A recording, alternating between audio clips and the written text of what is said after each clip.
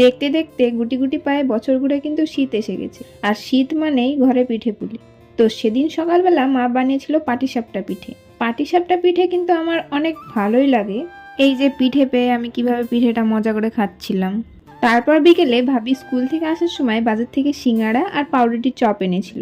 বিকেলে গরম গরম সিঙ্গাড়া খেতে কার না ভালো লাগে।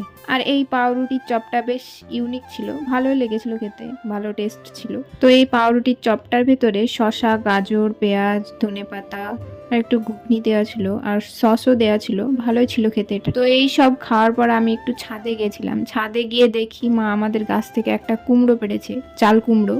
তো এই চাল কুমড়োটা কোনো দিক থেকে চাল কুমড়োর মতো লাগছিল না, লাউয়ের মতো লাগছিল। তারপর আমি আর নেহা চলে গেছিলাম খালামাদের বাড়িতে। আসলে খালামাদের বাড়িতে দুটো ড্রাগন ফল হয়েছিল, তো একটা আমার জন্য রেখেছিল, আমি আসলে পারবে তাই তাই আমি আর নেহা গিয়েছিলাম।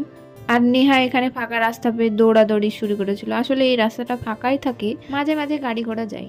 তারপর ড্রাগন ফল তুলতে গিয়ে নেহা বললো আমিই তুলবো, তাই ওকেই দিলাম। বেচারা বাচ্চা ছেলে তখন কান্না করবে, বাট ও পারলো না। তখন আমি তুলতে গেলাম, তো আমিও পারলাম না, তাই জন্য পরে খালামাই তুললো। তুলতে গিয়ে ডালটা একটু ভেঙে গেছিল। আসলে ওখানে একটা তার ছিল, তো ওটাই ডিস্টার্ব করছিল, তাই জন্যই প্রবলেম হচ্ছিল তুলতে। আর এই যে ফলটা নিয়ে আমি এখন বাড়ি যাব, আর খালামাদের দোকান থেকে কিছু নেওয়ারও ছিল, তাই আমি আর নেহা ওগুলো নিয়ে বাড়ি গেলাম। তো বাড়িতে গিয়ে ফলটা কেটে দেখি ফলটার কালারটা খুব সুন্দর ছিল, একদম ডিপ পিঙ্ক। আর এটা খেয়ে তোমাদেরকে দেখাচ্ছিলাম আমি, আর নেহা পিছন থেকে এমন এমন রিয়াকশন মারছিল, আমার যা হাসি লাগছিল।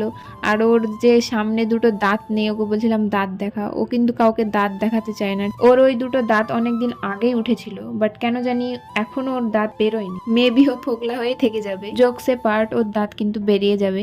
ওর সামনে যদি আমি এটা বলতাম তাহলে আমাকে মনে মেরেই দিত ও। তো যাই হোক, ও পিছনে এমন কাণ্ড করছিল না, তোমাদের কি বলবো, জিভ ফিভ বের করে একদম। তারপর আমরা আবার বাইরে যাই ধুপি খেতে। হঠাৎ রাস্তায় দেখি একটা ইঁদুর পড়েছিল, মেবি বিষ খেয়েছিল। তারপর ধুপির দোকানে গেলাম। ধুপির দোকানটা কিন্তু আমাদের বাড়ির সামনেই ছিল। আর এখানে তোমাদেরকে আমি ধুপি বানানো দেখাচ্ছিলাম।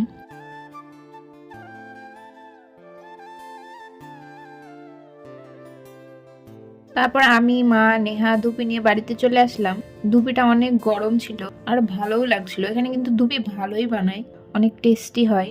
তো আজকের ভিডিওটা এখানেই শেষ হচ্ছে, দেখা হচ্ছে নেক্সট কোনো ভিডিওতে। ততক্ষণ তোমরা ভালো থেকো, টাটা।